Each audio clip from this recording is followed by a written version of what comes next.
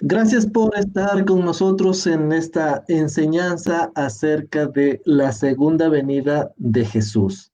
Nuestro tema que lo empezamos en esta oportunidad es el glorioso regreso de Jesús a Israel. Habíamos hablado en las enseñanzas anteriores acerca del Armagedón, que es un evento previo a la segunda venida de Cristo, pero que está inherentemente unido al tema que estamos por tratar. Bienvenidos todos ustedes y a ti, Javi, que el Dios de Israel te bendiga. Bienvenido a esta enseñanza. Gracias, Luchito. Sabes, es un honor para este servidor poder llegar hasta sus celulares, hasta sus hogares, hasta sus laptops, por cualquier parte que nos estén mirando y en cualquier lugar de este mundo. Pues gracias, un saludo cordial, un fuerte abrazo a todos que nos siguen constantemente y a los que se siguen en sintonía en este momento al canal. Siempre es un gozo para nosotros poder enseñar la palabra de Dios y eh, hacerlo de la mejor manera, apegados a lo que dice la Santa Biblia. Así es, Luchito. Bueno, así que vamos a pedir al Dios Trino que nos dé su ayuda para llevar en esta noche el mensaje. Ahí donde ustedes están, ayúdennos en esta oración. Oh Señor, alabado sea su nombre, alabado y bendito sea su precioso y exaltado nombre. Gracias por su Hijo Jesús que vino a entregar su vida, su sangre en la cruz, en el madero, para que cada uno de nosotros pueda gozar de esa vida eterna. Gracias porque después de que Él ascendió, su promesa se cumplió de que enviaría al Consolador, al Espíritu Santo, el cual nos redarguiría de pecado, de justicia y de juicio. Y por eso ahora, Señor, estamos en esta noche dispuestos a través de la guía del Espíritu Santo llevar esta enseñanza, esta palabra en esta noche, Señor. A todos quienes nos escuchan, le rogamos que usted les bendiga, que su provisión, su generosidad esté con sus familias, sus hogares, sus trabajos y que nunca falte con lo necesario, bendito Dios. Le ruego, Padre, que al Javico y a mí en esta noche nos dé sabiduría que viene de lo alto y bendito Dios podamos proclamar esa bendita palabra y como dice la misma Biblia, benditos los pies de los que anuncian la paz, las buenas nuevas de Jesús. Que seamos, Señor, esos mensajeros, esos instrumentos en sus manos. Y en esta noche, Dios bendito, le pedimos que nos dé su bendición. En el nombre de Jesús. Amén. Amén.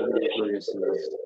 Bueno, Bendito sea el entonces, nombre de Javico, Dios. empezamos con la enseñanza que hemos dispuesto para esta noche. Y creo que es válido entender lo que veíamos las anteriores enseñanzas para entender ahora este punto. Un resumen pequeñito, muy breve, y si quieren ahondar mucho en lo que estamos, vamos a dar el resumen, pues revisen las enseñanzas anteriores a través de Facebook o tal vez en YouTube. Ahí pues están en orden de programas. Si quieres entender un poquito más lo que hemos tratado, pues visítanos en YouTube y con gusto vas a entenderlo. Entonces, a ver, la guerra del Armagedón, Javi, que habíamos estado hablando, no es otro sino el momento en el cual el anticristo pone su trono en Israel, más en particular en el templo, en el tercer templo judío, donde se va a declarar Dios. Y a partir de eso, los judíos que habían aceptado a este ser como el Mesías se darán cuenta que no es el Mesías, y como dice Mateo 24 y Lucas 21, huyan de Judea, no regresen y más bien escápense. Hay una dispersión de judíos, pero a la par hay dos contiendas entre los aliados del anticristo y las naciones, como hemos hablado, y también hay otro ejército de los orientales que la Biblia dice que son 200 millones de soldados o del ejército que lo conformará, y esos se van a pugnar por captar la supremacía de Jerusalén. Y en ese instante donde se están bombardeando y dando todos los armamentos habidos y por haber, que ya los tenemos hoy por hoy, y si los años aún vienen y van a ir más sofisticados, en ese instante donde hay una guerra sin cuartel preciso, Israel, como lo habíamos visto en el Salmo número 121, hace un clamor al Dios suyo. Acuérdense que Israel es el pueblo escogido por Dios. Y en ese instante Dios responde a través del Salmo 2, que es lo que habíamos hablado en nuestra última enseñanza, pero viene ya Jesús en su segunda venida. Entonces, el clímax de la batalla del Armagedón es cuando Jesús viene a cubrir, a salvar a Jesús, a Israel, perdón, pero lo que leíamos en Zacarías 12:9 va a destruir a todas las naciones que quisieron eliminar a Jerusalén y a Israel del mapa. Eso a grosso modo lo que es la batalla del Armagedón. Sin embargo, en esta noche vamos a hablar de Apocalipsis capítulo 19, donde es el regreso glorioso de Jesús en su segunda venida. Si hay una segunda venida, por ende hubo una primera. Y vamos ahora a la luz de esta porción de la Biblia a determinar que una cosa es el arrebatamiento de la iglesia y otra muy diferente, la segunda venida. No sé si se me escapa algo, Javi, que quieras apuntar antes de empezar con nuestra enseñanza en esta noche. No, pienso que está completa lo que nos dice la palabra de Dios y que a toda costa nosotros lo hemos expuesto conforme a lo que dice la bendita palabra. Y conforme a esto también quiero decirles que, como bien lo último que dijiste, Luchito, de hacer siempre la diferencia que existe entre el rapto de la iglesia con lo que significa la segunda venida de nuestro Señor Jesucristo a esta tierra, exactamente a Jerusalén, porque desde allí fue la primera venida cuando llegó como el Hijo del Hombre, como lo llama la palabra, y se llama a sí mismo, y de esa manera, ¿no? Como vino, murió en un madero por nuestros pecados, y todos los que aceptan esa verdad, pues entran en lo que se llama el rapto de la iglesia. Todos los que han nacido de nuevo, que son justificados por la sangre de Jesucristo, tenemos paz para con Dios y por medio de la fe alcanzamos salvación. Y como hemos visto también, no solo salvación, sino aquellos que han hecho la labor que el Señor les ha puesto desde antes de la fundación del mundo, para que estemos en su obra, en su palabra, pues también recibiremos premios y recompensas. Y de esa manera entendemos todos que un asunto es la segunda venida de Cristo y otra cosa es el rapto de su iglesia. Es un periodo separado por 7 años, Luchito. Y en la lectura que vamos a tener ahora, justamente entramos en la explicación de lo que se trata la segunda venida de nuestro Señor. Así es, Luchito. Listo, entonces, Javi, vamos a lo que vinimos. Por favor, si tienen su Biblia a la mano, Apocalipsis capítulo 19, a partir del versículo 11, vamos a estar estudiándolos y como acá lo siempre hacemos, desmenuzando, deshilachándolo y vamos a irnos a otros versículos que arropan o cobijan esta doctrina de la segunda venida de Jesús. ¿Alguna versión tienes diferente a la Reina Valera a la mano, Javi? Sí, esta versión NTV, Vamos a hacerlo. Nueva traducción viviente. En esa te Listo, la Javi. leo. Sí, leámosla esa desde el 11 hasta ¿cuál será? 21 será, Hasta el 21 ya para, tener todo el contexto. sí, aunque más bien hasta el 18 nomás, Javi, porque ya desde el 19 al 21 empieza con lo que pasa con el Con la segunda anticristo, parte sería, sí, y ok, ese sí es otro tema. estoy de acuerdo. Entonces Ya, dice así Javi, la palabra de Dios, Apocalipsis capítulo 19, desde el 11 vamos a leerlo hasta el 18. Entonces vi el cielo abierto y allí estaba un caballo blanco. El que lo montaba se llamaba Fiel y Verdadero, porque era justo cuando gobernaba o cuando iba a la guerra. Sus ojos parecían llamas de fuego. Llevaba muchas coronas en su cabeza y tenía escrito un nombre que solo él conocía. Estaba vestido con ropa teñida de sangre y su nombre era el mensaje de Dios.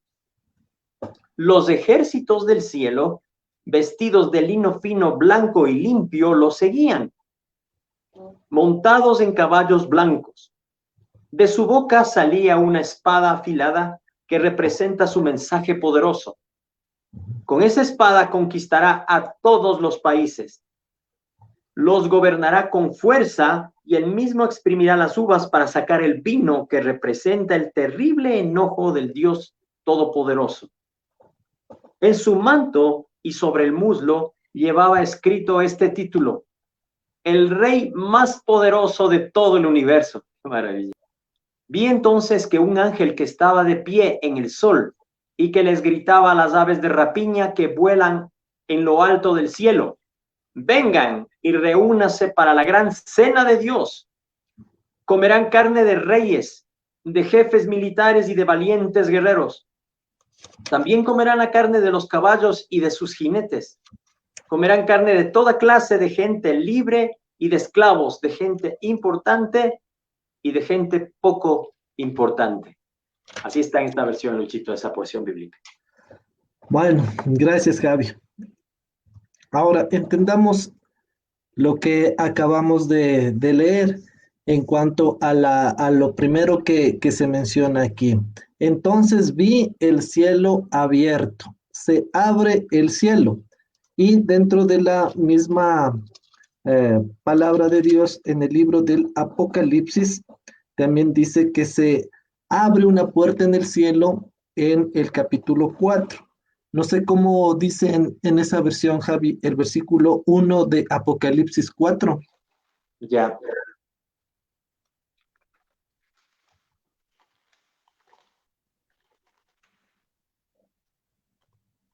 Apocalipsis 4, el versículo 1, ¿verdad? Sí, Javi.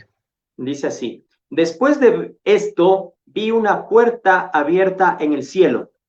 Así empieza. Y dice: entonces la voz que había escuchado al principio y que resonaba tan fuerte como una trompeta me dijo: acércate, voy a enseñarte lo que está por suceder. Aquí hacemos entonces la primera diferenciación en cuanto a esto. En el capítulo 4 estábamos hablando del arrebatamiento de la iglesia, cuando le dice, sube acá. Y Juan es un tipo de la iglesia. Sube, y si ustedes revisan a partir de ahí, los capítulos 6 de Apocalipsis hasta ahorita el 19, son juicio tras juicio tras juicio. En algún momento hemos de hablar en particular sellos, trompetas y copas.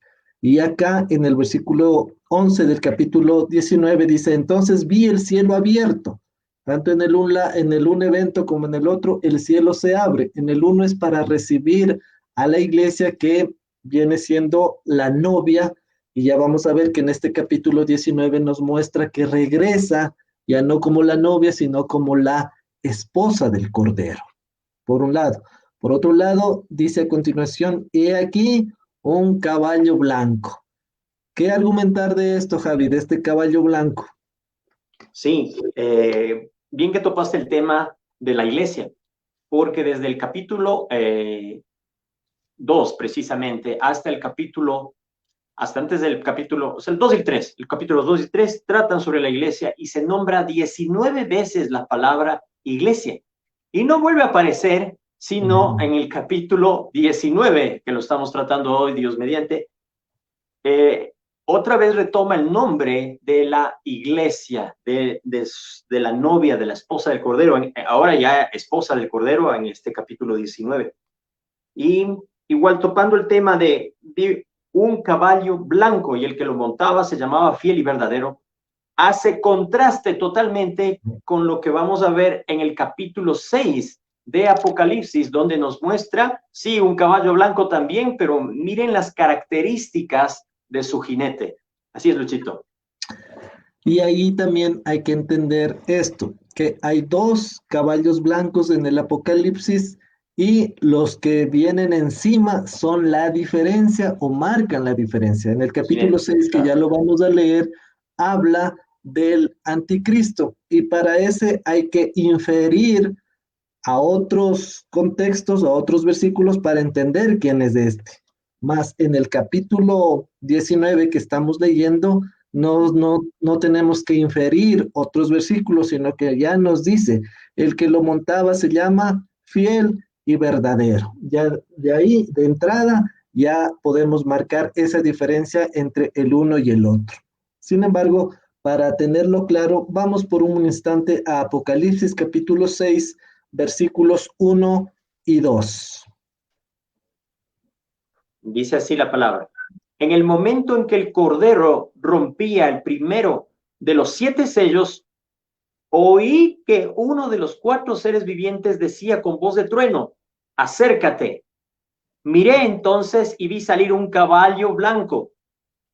El que lo montaba llevaba en la mano un arco y le dieron una corona. Había vencido a sus enemigos y salía dispuesto a seguir venciendo. Así lo dice aquí en esta versión, Luchito. Correcto. Entonces, como decíamos, hay que inferir para entender quién es este. Y ahí les hacemos el llamado para que revisen el programa número 12 de la serie de programas que estamos hablando, donde hablamos en particular de este ser que es el anticristo. Y ahí van a encontrar un poco más en detalle de este ser. No redundamos en aquello porque ya dimos una enseñanza previa. Hoy lo que nos atañe es ver el capítulo 19. Pero este capítulo 6 de Apocalipsis, el primer sello, habla de la entrada o lo que emerge el anticristo, ya cuando la iglesia no está.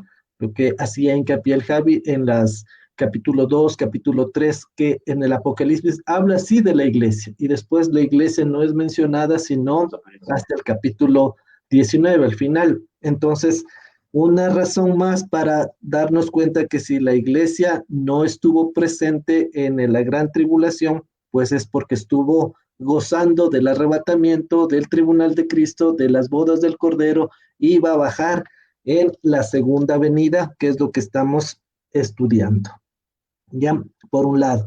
Ahora, algo llamativo, Javi. Dice en el capítulo 19, versículo 11, que el que lo montaba se llama fiel y verdadero. ¿Qué, qué se te viene a la mente cuando escuchas fiel y verdadero? Sí, una de las características conforme a segunda carta de Timoteo, capítulo 2, versículo 2, dice que, haciendo un resumen, pero podemos también leerlo para tocar el punto neurálgico del versículo, es que Dios no busca tanto los talentos que hay en una persona, su clase social, su disciplina, su forma de ser, su carácter, su temperamento, posición social, sus competencias, sus talentos, sino más bien solo resalta una cualidad que debe tener el siervo de Dios o la sierva de Dios. Y esta es fidelidad. Sí, Luchito, lo tienes el versículo, según Timoteo 2:2. Sí, dice, lo que has oído de mí ante muchos testigos, esto encarga a hombres fieles, que sean idóneos para enseñar también a otros. Exactamente. Lo que a Dios le mueve, lo que Dios bendice es la fidelidad. No es tanto cualquiera otro de los dones o talentos que pueda tener el ser humano o sus hijos e hijas, sino más bien esa fe que no se acaba nunca, ni hasta el día de la muerte permanece. Eso es la fidelidad. Y si Él es fiel, es algo que no puede retractarse de ello, porque no es una forma, sino que está en su cualidad. O sea, uno de los, ¿cómo se llaman? Los atributos. Uno de los atributos de Dios justamente es que Él es fiel y no puede negarse a sí mismo, Luchito. Ya te voy a buscar ese versículo. Ajá. Y entonces, Acerca de fiel y verdadero, fiel, un sinónimo de fiel es leal. Leal en las buenas y en las malas. Nuestro Dios es fiel y leal en las buenas y en las malas. Y verdadero significa que es auténtico, sincero, transparente y franco. Eso es lo que es nuestro Salvador Jesucristo. Y aquí empieza otra diferencia acerca del jinete del caballo blanco de Apocalipsis 6. Tómele atención. Y con justicia juzga y pelea. En el arrebatamiento no viene ni a juzgar ni a pelear. En el arrebatamiento lo que hace es sacar a la iglesia, sacar a su novia, rescatarla de los juicios que están prontos a llegar. Y ya cuando esos juicios se han dado y en su segunda venida está regresando, mire que no viene ya como el cordero, y ya vamos a hablar acerca de aquello, viene como el león de la tribu de Judá, viene a rugir, y aquí dice a juzgar y pelear, y eso vamos a ver. ¿Por qué? Porque acuérdense que al final de la enseñanza última decíamos que están ahí conglomerados en la ciudad de Jerusalén, Jerusalén. intentando destruirla y borrarla del mapa. Entonces es Jesús a través de su presencia quien va a pelear con estos. Y ya vamos a ver de qué forma va a pelear. Y me adelanto un poquito a aquello. Va a ser una guerra sin precedente, donde van a haber una guerra entre humanos y seres espirituales, seres celestiales. Entonces, tome en cuenta que eso, de que Jesús viene a juzgar y pelear. Versículo 12 dice así: sus ojos eran como llama de fuego y había en su cabeza, perdón, muchas diademas, y tenía un nombre escrito que ninguno conocía sino él mismo. Aquí hay varias cosas por apuntar y vamos a ir viendo una por una. Cuando dice aquí que había en su cabeza muchas diademas, se acordarán, Javi, y tú también te acordarás que traíamos esa enseñanza del tribunal de Cristo, donde hacías tú la diferencia entre las estéfanas y las diademas. Las diademas son aquellas coronas que se le dan al vencedor, aquellas coronas que se dan a quien ha peleado, a quien se ha vencido a sí mismos. Y aquí Jesús dice que tiene en su cabeza muchas diademas. Entendamos acá que el lenguaje es alegórico en ciertos sentidos, no es que tiene varias cabezas y en cada cabeza tiene una corona. Insiste el poder, y algún ratito que podamos, nos vamos al capítulo 3 y 4 de Apocalipsis, donde hay la coronación de Dios Padre a su Hijo y le entrega esta corona, que es una corona de justicia, perdón, de justicia. Y luego dice, y tenía un nombre escrito que ninguno conocía sino él mismo. Y aquí ¿cómo se llama? Fuera de micrófonos, el Javi hablaba de esto y no sé si puedes exponer aquello de los nombres que serán cambiados a partir de este instante, Javi. Claro que sí, Luchito, por todo gusto. Y como decimos en nuestro programa, rebobinamos un poquito, Luchito. Y el versículo que significa el atributo que es único de Dios, es justamente que Él es fiel. Y está en 2 de Timoteo, capítulo 2, del verso 13. Y lo leo, Luchito, dice así: si fuéramos infieles, Él permanece fiel. Él no puede negarse a sí mismo. Y de esta manera está demostrado, como también tú corroborabas con los sinónimos de esta palabra, que es leal, que es genuino, que se presenta como es. Él no tiene hipocresía. De esa manera se presenta. Y allí lo dice, ¿no es cierto? El 12 también dice, si sufrimos, también reinaremos con Él. A colación de las coronas que nos comenta el Apocalipsis 19. Pero dice, si le fuéramos infieles, Él permanece fiel. Él no puede negarse a sí mismo. Él es su naturaleza ser fiel. No es que hace cosas con fidelidad, sino que Él es fiel. ¿Ok? Y también verdadero. Juan capítulo 14, el versículo 6. después de que Tomás, el discípulo, le preguntó, Señor, ¿a dónde vas? No sabemos pues a dónde vas. Pues, ¿cómo podemos saber el camino? Le hacen esa pregunta al Señor Jesucristo y la respuesta es maravillosa. Jesús le dijo, es uno de los versículos que más conocemos de la palabra de Dios, yo soy el camino y la verdad y la vida. Nadie viene al Padre sino por mí. Y aquí esta palabra de él, la verdad, significa que él es verdadero y 100%. En él no hay mentira. Él es Padre de verdad. Por eso dice, yo soy la verdad. Cuando Pilato también le preguntó, ¿y qué es la verdad? Estaba parado delante de aquel que es verdadero. ¿Qué significa la verdad? Aquello que es idéntico a lo original.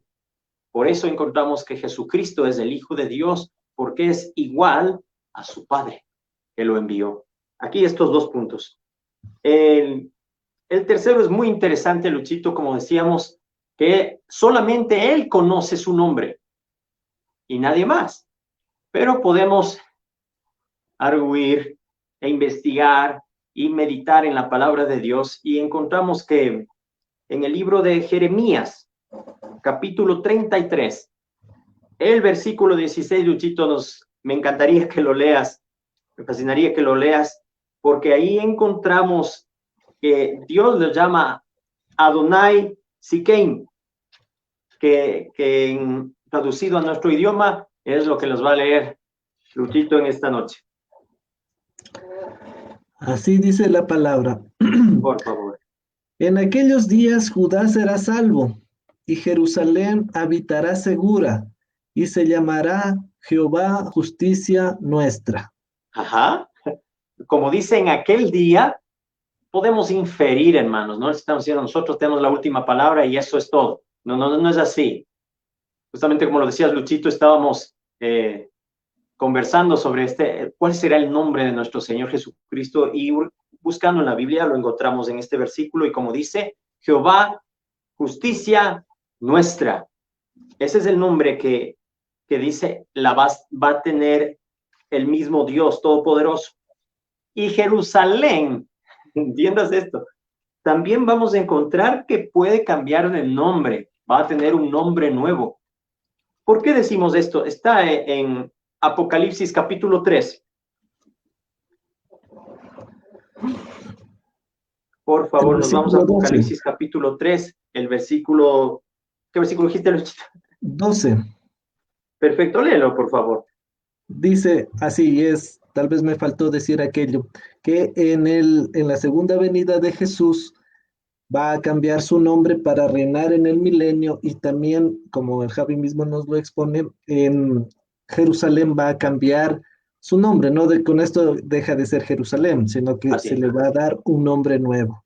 Y Apocalipsis 3:12 dice, al que venciere, yo le haré columna en el templo de mi Dios, y nunca más saldrá de allí. Acuérdense cuando hablábamos del tribunal de Cristo y sus galardones. Y luego continúa diciendo, y escribiré sobre él el nombre de mi Dios y el nombre de la ciudad de mi Dios, la nueva Jerusalén, la cual desciende del cielo de mi Dios y mi nombre nuevo. Nuevo, ahí está, qué hermoso. Y haciendo una amalgama, digamos, este versículo preciosísimo de Apocalipsis 3:12 con Ezequiel 48:35.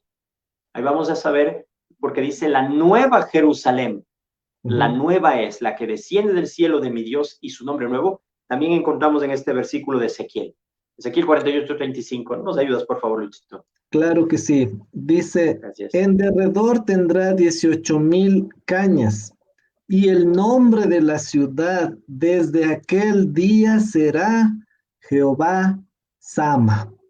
Amén, gloria al Señor. Tal vez al pie de página no está ese el significado, Luchito. Sí, dice Jehová está presente. Ese será el nuevo nombre de Jerusalén. O sea, mantendrá su nombre, pero será también Jehová está presente y el nombre de Jesús viene siendo justicia nuestra. Y ya vamos a Amén. tener mayor argumento acerca de la justicia que va más encaminada acerca de los israelitas que serán, ¿cómo se llama esto? Se me fue la palabra, regenerados, por mencionar de alguna manera, pero Así ya es. vamos a ir Luchito, viendo. Dígame. y justamente al pie de página de esta versión NTV, encuentro que dice así, Dios está aquí. Ujú. Está Qué presente. hermoso, hermoso, bendita sea la palabra de Dios. Adelante, Luchito. Miren que vamos entonces aprendiendo cosas nuevas y que son indispensables, como lo hemos hablado y aquí para que vean que también tenemos unos conversatorios con el Javi. Eh, si bien es cierto, yo le decía al Javi que hay doctrinas que son indispensables, que no se las puede quitar, pero hay otras en cambio que son de forma. Si entiende o no entiende que va a cambiar el nombre o no va a cambiar el nombre, eso es irrelevante dadas las circunstancias de estar con la salvación o de estar con Jesús. Y no por eso vamos a entrar en una pelea y saber que sí, que no, y si será o no será. Más si la Biblia lo menciona, pues esto es así. Pero son doctrinas que no son de fondo, sino más bien son de forma. Continuamos entonces con el versículo 13. Ya lo vimos el versículo 12, ya lo explicamos. Vamos al versículo 13. Y mire lo que viene acá. Este es también súper importante que lo entendamos. ¿Estaba vestido quién? El jinete que venía sobre el caballo. Entonces estamos hablando de Jesús. Estaba vestido de una ropa teñida en sangre. Y luego dice, y su nombre es el verbo de Dios. Aquí dos cosas que diferenciar y ya lo vamos a ir analizando como acá lo acostumbramos. La ropa teñida en sangre, acuérdense que ya vamos a ver, o me adelanto un poquito al versículo 15, donde dice, y él pisa el lagar del vino del furor y de la ira del Todopoderoso. No sé si ustedes han tenido la oportunidad de verlo, tal vez en un documental o en algún video, cómo se saca o se exprime las uvas y se pone una especie como de un tazón grande y las personas pisan, machacan las uvas y eso empieza a salpicar. Hablábamos en el versículo 11 cuando dice que viene a juzgar y pelear. Y Jesús entonces va a pisar. Esto también no es literal, sino más bien es metafórico en su momento, el vino de la ira del furor de Dios. Acuérdense lo que hablábamos de la batalla del Armagedón. Hay un sinnúmero de muertes. Las 2/3 de la humanidad que esté en ese instante va a morir. Lo que va a haber entonces es sangre y sangre y sangre como agua. Y esto menciona el lagar del vino del furor de la ira de Dios. Y entonces esta ropa teñida en sangre hace alusión a aquello. No es como alguna interpretación hay también de que es la sangre derramada en la cruz del Calvario. Esa sangre ya fue derramada y gracias a esa sangre tú y yo ahora tenemos acceso al Padre. Esa es la que nos ha dado la salvación y nos ha comprado por precio de sangre, dice. Acá está hablando de otra sangre. Y dice acá, repito esta partecita última, dice que su ropa viene teñida en sangre. Más que su ropa es el manto de Jesús el que está teñido en sangre. No sé si alguna cosa de argumentar a este punto, Javier. Podemos ver que cuando en el versículo 1 dice que es que el que juzga con justicia, juicio y peleo. Sí, dice así, y con justicia juzga y pelea. Aquí está dando las características de nuestro Dios, no que solo es fiel y verdadero, sino que también es justo.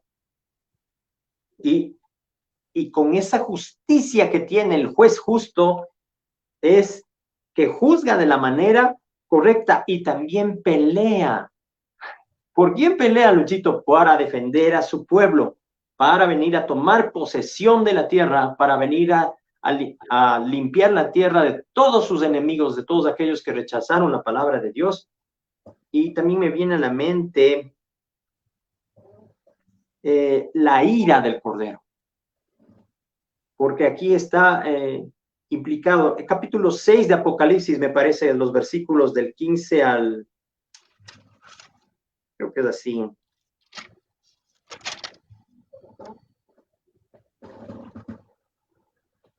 Dice así: y los reyes de la tierra, y los grandes, los ricos, los capitanes, los poderosos, y todo siervo y todo libre, se escondieron en las cuevas y entre las peñas de los montes, y decían a los montes y a las peñas: caed sobre nosotros y escondednos del rostro de aquel que está sentado sobre el trono y de la ira del Cordero, porque el gran día de su ira ha llegado. ¿Y quién podrá sostenerse en pie? Ahí está Luchito justamente explicando el hecho de que viene y pisará el lagar, que demuestra que es la ira de Dios. O sea, todos sus enemigos van a ser destruidos. Y ese es justamente el sitio. Es una cuba donde se pisan las uvas, como bien lo expresaste, Luchito, y donde son exprimidas. Entonces, con esta metáfora, viene nuestro Señor Jesucristo a exterminar a todos sus adversarios, Luchito. Y por eso Zacarías 12:9 nos dice: y en aquel día yo procuraré destruir a todas las naciones que vinieran contra Jerusalén. Acuérdese que están en una batalla campal, y ayer terminábamos diciendo aquello, que empezaban a pelearse el un ejército contra el otro ejército por apropiarse de Jerusalén. Y al final veíamos también que entraban en una locura, era un desquiciamiento total, y en lugar de matarse ya entre ellos, iban a matarse, me refiero entre los ejércitos, iban a terminar matándose entre el mismo ejército del uno con el otro ejército, o sea, se vuelven locos, y es parte de la destrucción. Y regresando entonces a lo que decíamos, que la ropa teñida en sangre se refiere a esto, que es la sangre de las personas que están siendo muertas por la ira de Dios. Y el otro punto del versículo 13 del capítulo 19 de Apocalipsis dice: y su nombre es el Verbo de Dios. Para lo cual tenemos que recurrir al capítulo 1 de Juan, los primeros 3 versículos, donde aquí entendemos cuál es el verbo. El verbo es la palabra. El logos. Tal vez tú en esa otra versión que tienes, Javi, ¿qué dice Juan 1 del 1 al 3? 30 segundos, menos Lucas, Juan, ya. Dice así la bendita palabra de nuestro Señor: antes de que todo comenzara, ya existía aquel que es la palabra. La palabra estaba con Dios y la palabra era Dios. Cuando Dios creó todas las cosas, allí estaba la palabra. Todo fue creado por la palabra, y sin la palabra, nada se hizo. Así está en esta versión maravillosa. Exacto. El verbo entonces viene siendo la palabra, y dice que desde el principio estaba con Dios, y Jesús, el verbo, la palabra, es Dios. Acá Amén. entonces nuevamente una aclaración o una puntualización. No hay vueltas que dar. El jinete del caballo, del caballo blanco del capítulo 19 es Jesús. Es Jesús por donde se lo quiera ver. Si alguien no quiere entender que es Jesús, pues aquí lo estamos a la luz de la Biblia determinando que quien baja en el jinete, en el caballo blanco, es el mismo Jesús. Y aquí acerca del verbo, pues hay que entender lo que dice. Voy a leer en esta otra versión, es la internacional. En el principio ya existía el verbo, y el verbo estaba con Dios, y el verbo era Dios. En alguna falsa traducción dice: y era un Dios, pero sabemos que nuestro Dios no es un Dios uno más, sino es el único y Dios verdadero. Tenga en cuenta aquello. Seguimos con el versículo 14 y aquí muchísima atención. Habla y dice, y los ejércitos, Javi, para quienes nos escuchan, habla Aleluya, de aleluya. plural, ejércitos. ¿Cuáles son esos ejércitos, Javi? Viene con su esposa, la iglesia del Señor Jesucristo, y también con miriadas de ángeles. Y puede entenderse que el capitán, el capitán de los ejércitos celestiales es el arcángel Miguel, como lo dice Daniel en los capítulos 9 y 10 del Antiguo Testamento y de su libro que lleva su nombre. Entonces son muchísimos. ¿Cómo sabemos que solo dice ejércitos celestiales? La iglesia, cierto que es un ejército, pero es un ejército de oración, es un ejército de fortalecerse en el poder de la fuerza de nuestro Dios, porque si venimos con Él es para que nuestro Señor tenga con su esposa gobernar este planeta con justicia, con vara de hierro, como dice la palabra, durante 1000 años, adelantándonos un poco en el tiempo y en el espacio, Luchito. Entonces, los ejércitos celestiales conforman la iglesia y los ángeles de Dios. Y ahí hay que puntualizar también que si hacemos un poco de historia y lo que nos dice la Biblia, con Satanás cayó la tercera parte, o sea, es decir, que de las tres partes de ángeles que había en el cielo, una de ellas se fue con Satanás, pero dos terceras partes vienen con Jesús, más no sé cuántos seamos la iglesia, la novia que suba, entonces serán, como tú dices, millones de millones de millones de seres espirituales, más nosotros con cuerpos glorificados, bajaremos con Jesús delante de nosotros en ese caballo blanco cabalgando a no sé a qué velocidad, porque acuérdense que tenemos que bajar desde el tercer cielo que está a kilómetros y kilómetros de años luz, bajará Jesús junto con todos nosotros, ángeles celestiales, sí, el ejército celestial, perdón, y también el ejército que es la iglesia. Y puntualizando lo que tú decías acerca de nuestras armas, entendemos aquí en Zacarías 4, versículo 6, cuando dice, no con ejército ni con fuerza, sino con mi espíritu, ha dicho Jehová de los ejércitos. Ahora hay que inferir, como decíamos, para entender qué es la novia. Y tenemos que irnos al Apocalipsis capítulo 3, versículos 4 y 5. ¿Por qué decimos que parte de ese ejército celestial es la novia? Aquí está la respuesta, Javi. ¿Lo puedes leer el 4 y el 5? Dice así, Luchito. Sin embargo, en Sardis hay algunas personas que no han hecho lo malo. Por eso andarán conmigo vestidos con ropas blancas, símbolo de victoria y santidad, pues se lo merecen. A los que triunfen sobre las dificultades y mantengan su confianza en mí, los vestiré con ropas blancas y no borraré sus nombres del libro de la vida y los reconoceré delante de mi Padre y de los ángeles que les sirven. Si alguno tiene oídos para oír, oiga lo que el Espíritu dice a las iglesias. Gloriosa palabra, Javi. Y demos un golpe certero para entender que es la novia que ahora ya viene como la esposa. Apocalipsis capítulo 19, versículos 7 y 8. ¿Qué nos dice Javi? Gocémonos y alegrémonos y démosle gloria, porque han llegado las bodas del Cordero y su esposa se ha preparado. Su esposa se ha preparado. Y ella, su esposa, entiéndase, se le ha concedido que se vista de lino fino, limpio y resplandeciente, porque el lino fino es las acciones justas de los santos. Allí está categóricamente indicando que la iglesia es santa. ¿Y cómo se viste? Las obras buenas. Luchito, su vestimenta son la justicia, la verdad, hacer las cosas como Dios manda. Y por eso continúa el versículo 14, que es el que estábamos leyendo en Apocalipsis 19, y dice, vestidos de lino finísimo, blanco y limpio, le seguían en caballos blancos. Ya, o sea, Significa paz.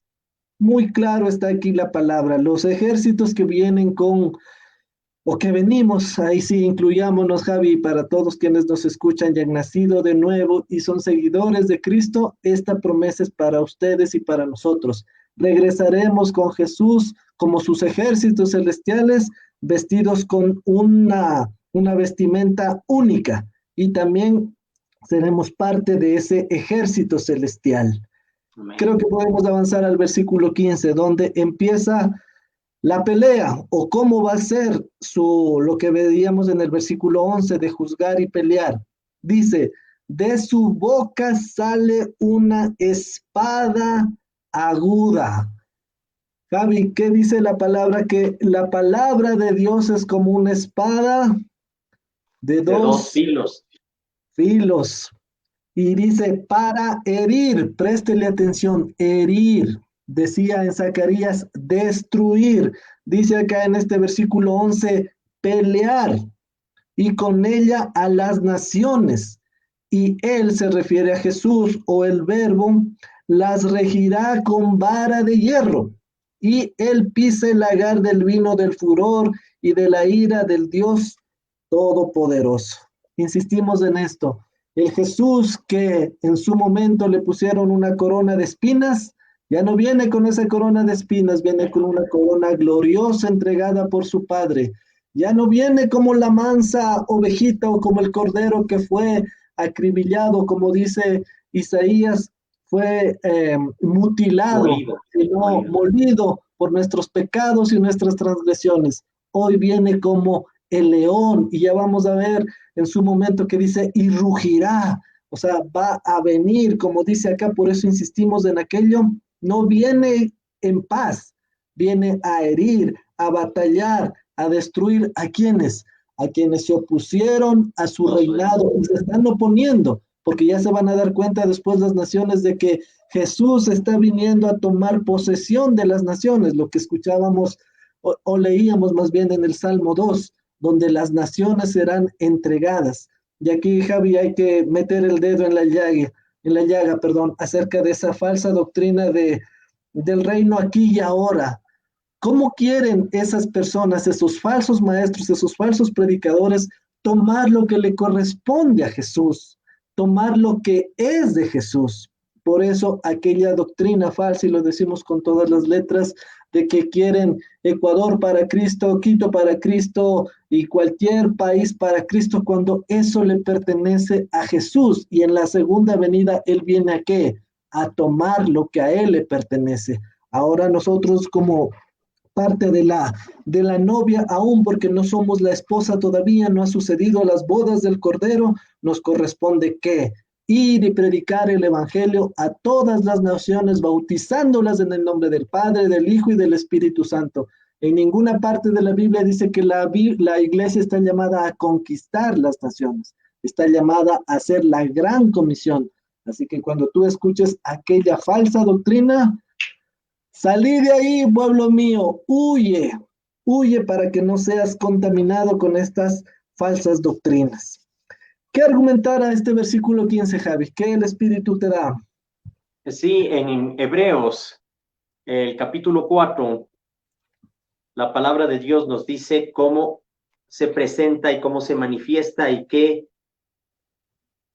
constituye. Capítulo 4 de Hebreos, del versículo 12. Lo leo en esta versión que es la más Por favor. conocida.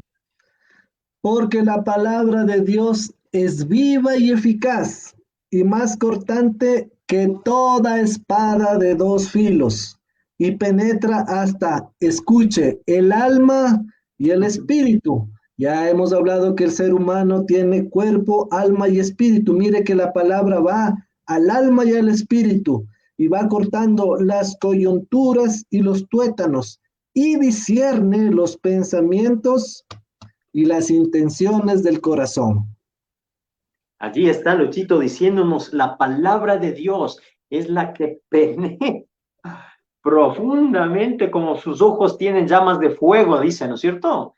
Sus ojos son como dos antorchas encendidas, dice en otra versión.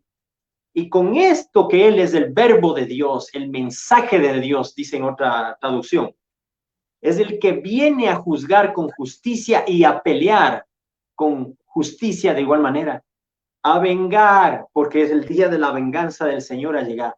Por eso dice a nosotros, no os venguéis vosotros mismos, hermanos, sino dejad lugar a la ira de Dios, porque en este planeta habrá muchas injusticias, se harán muchos crímenes, se cometerán, y hay cosas que podrán quedar impunes a los ojos de los hombres y delante de los ojos de Dios no estarán impunes, porque así como Dios es misericordioso, es amor, es fiel y verdadero, también hay un aspecto de Dios que es santo, justo y que no dará por inocente al culpable. Luchito.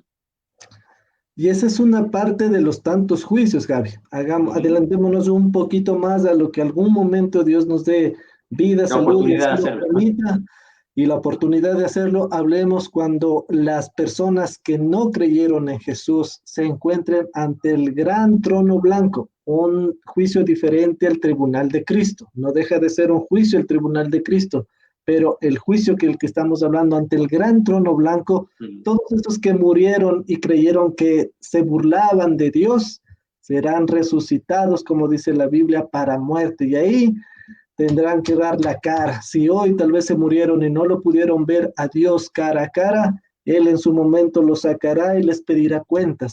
Así que de la ira de Dios, si no es ahora, es después, pero que todos comparecerán ante el tribunal de Cristo, ante el gran trono blanco, eso es inherente, no hay cómo escapar de esa realidad, Javi.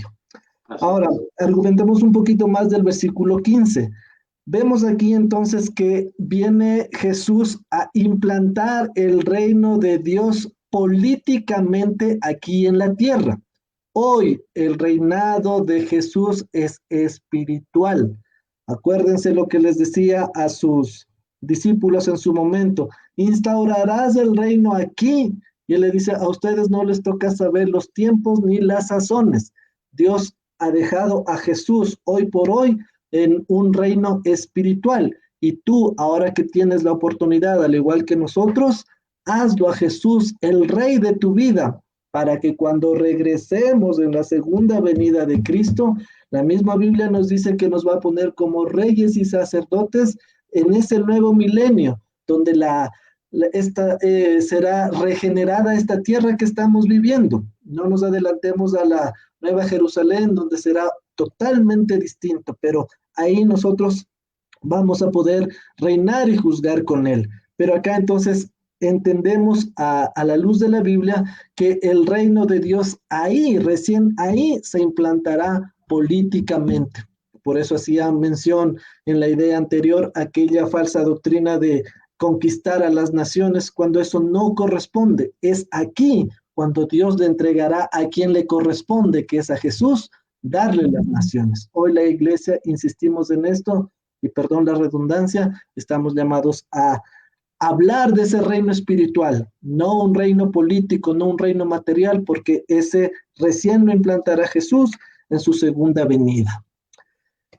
Versículo 16, Javi, adelantémonos un poquito, dice: y en su vestidura y en su muslo tiene escrito este nombre: Rey de Reyes y Señor de Señores. Lo que en esa versión que tú leías decía el Rey de los, no recuerdo, pero muy interesante cómo lo define. Dice en su manto, y sobre el muslo llevaba escrito este título: el Rey más poderoso de todo el universo. Qué hermoso. Genial, Javi. Y Es maravilloso. a lo que vamos a ver a continuación. Repítelo: el rey más poderoso de todo el universo. Así dice, ajá. Así dice, clarito, textual. El rey más poderoso de todo el universo. Así lo dice. Y lo demuestra a continuación. Ahí sí, abra sus ojitos físicos y espirituales. Versículo 17. Ojo. Y vi a un ángel que estaba en pie en el sol, y clamó a gran voz diciendo a todas las aves que vuelan en medio del cielo: venid y congregaos a la gran cena de Dios. Aquí nos detenemos por un momento, Javi. Se ha mal interpretado o se ha confundido que esta es la cena de las bodas del Cordero y no es No. la cena de las bodas del Cordero. Acuérdense que ya estamos viniendo con Jesús y si estamos viniendo ya sucedió las bodas del Cordero y en una boda precisamente hay una cena, un banquete. Acá de lo que está hablando es otra cena que ocurrirá aquí en el planeta Tierra. ¿Para qué? Versículo 18 nos da la respuesta. Para que coman carnes de reyes y de capitanes, y carnes de fuertes, carnes de caballos y de sus jinetes, y carnes de todos, libres y esclavos, pequeños y grandes.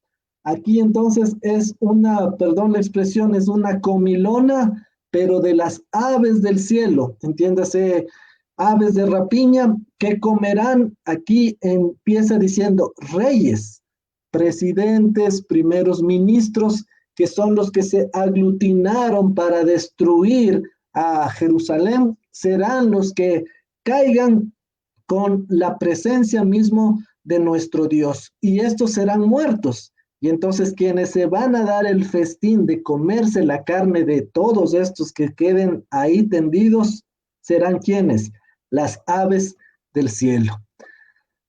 Argumentate algo más de esto, Javi. ¿Qué puedes decir a esto? Sí, solo tomando una parte, rebobinando un poquito, porque me quedó este nombre de el soberano de los reyes del universo. Digo, wow, ¿qué nos dice el Señor? Y encuentro en Apocalipsis capítulo 1, Luchito, el versículo 5. Mira cómo dice, ¿no? Y de Jesucristo, el testigo fiel, el primogénito de los muertos, el soberano, mira cómo dice, el soberano de los reyes de la tierra. Sí, esto hace colación también al Salmo 89, 27, que lo tomamos, el Salmo 89, 27, que dice también una preciosidad. Aquí está. Como dice, ¿no? Yo también le pondré por primogénito, el más excelso de los reyes de la tierra. Precioso, no sé si tienes otra versión, ese mismo versículo, Luchito, de pronto. Ya lo veo. Sí, para ver cómo nos dice las otras versiones que enriquecen lo que Dios nos está diciendo y lo que Dios nos está hablando. Dice así, Salmo 89, 27, ¿verdad? Sí. 89, 27. Dice, yo le daré los derechos de primogenitura, la primicia sobre los reyes de la tierra. Claro, entonces dice en ese sentido que él es el primero de todos, el unigénito, el Hijo de Dios. Y aquí está recordándonos quién es Él, el soberano de los reyes de la tierra, tal como lo dice también el Salmo. Y me vino a la mente ese versículo, pero no lo encuentro, Luchito. Si tú lo tienes en la mente, nos ayudarías muchísimo. Cuando dice el Señor Jesucristo, y donde esté el cuerpo, allí se juntarán las águilas. Sí, Seguramente sí. es Mateo, pero no le encuentro el versículo. Entonces, date cuenta, hay una particularidad de esta ave, el águila, que toma su presa y mientras está viva la devora. Pero en este caso va a ser una excepción, Luchito, digamos así, contra naturaleza, de alguna manera, por decirlo así. Va a comer la carne de toda esa gente que va a estar muerta en esa terrible batalla al final del Armagedón, Luchito. Si de pronto la tienes, Luchito, nos harías el honor de leerla. Estoy buscando Mateo 24. Dice así, Mateo 24, 28. Porque Gracias. donde quiera que estuviera el cuerpo muerto, allí se juntarán las águilas. Sí, ahí está perfecto, porque dice el cuerpo muerto. ¿Te das cuenta? Como el cuerpo sin espíritu está muerto. Y allí el águila va también a ser invitada, llamémoslo de esta manera, invitada a la cena de Dios. Esto no tiene nada que ver con el acontecimiento que pasa la iglesia con el Señor Jesucristo. Nada tiene que ver. Esas son las cenas del Cordero de Dios. Esto es la cena de todas las aves del cielo que serán congregadas en aquel lugar llamado Megiddo para dejar ni rastro de toda esa gente que se opuso, los adversarios de nuestro Dios. Sí, y para terminar esta idea, mira lo que dice Apocalipsis 18:2. Y clamó con voz potente diciendo, ha caído la gran Babilonia, y se ha hecho habitación de demonios y guarida de todo espíritu inmundo, y albergue de toda ave inmunda y aborrecible. Habla entonces aquí de que esta destrucción de todos los ejércitos y los que comandaban a estos ejércitos redundando, caerán y serán un festín su carne para las aves de rapiña. Así es. Vamos a quedarnos aquí para no entrar al versículo 19 de que habla acerca de lo que va a pasar con el anticristo y la bestia y el falso profeta y Satanás también. Así que, haciendo una recapitulación de esto, habíamos hablado de la segunda venida y vamos de aquí, no sé cuántas enseñanzas más, tal vez una o dos más, acerca de este mismo tema, donde nos vamos a ir al Antiguo Testamento para ver ciertos versículos que nos hablaban ya del retorno de Jesús. Aquí hay que hacer una aclaración, Javi, como iglesia evangélica y nosotros que somos predicadores de esa doctrina, nosotros creemos en la segunda venida. No la esperamos, eso sí. A lo que estamos esperando es el arrebatamiento de la iglesia. Eso es lo que la iglesia evangélica está esperando. Que hoy se ha desviado, alguna parte de la iglesia evangélica se ha desviado, pero mire que a la luz de la Biblia, insistimos, son dos eventos distintos. El uno es para rescatar, el otro viene a destruir. Entonces, no tiene fundamento alguno para decir que son el mismo evento. No, hay una separación de 7 años, como nos lo dice la Biblia, en Daniel capítulo 9, versículo 27. Les hacemos la invitación nuevamente para que nos escuchen en nuestra próxima enseñanza, donde vamos a seguir hablando acerca del glorioso regreso de Jesús a Israel. Amén. Despidámonos en oración, Javi. Sí, ayúdanos con esta oración, Javi, por favor. Amén. Rey del cielo, soberano Rey, el más poderoso de todo el universo. Es fascinante saber, Señor Jesucristo, que tú tienes ese nombre y que eres nuestro gran Dios y Salvador. Bendito seas por todos los siglos, Señor, bendito seas. Gracias, Padre, porque nos das el privilegio de leer tu palabra, de estudiarla, de poder enseñarla, Señor. Gracias porque nos has utilizado como siervos suyos de esta tu palabra, Señor, porque nos revelas, Señor.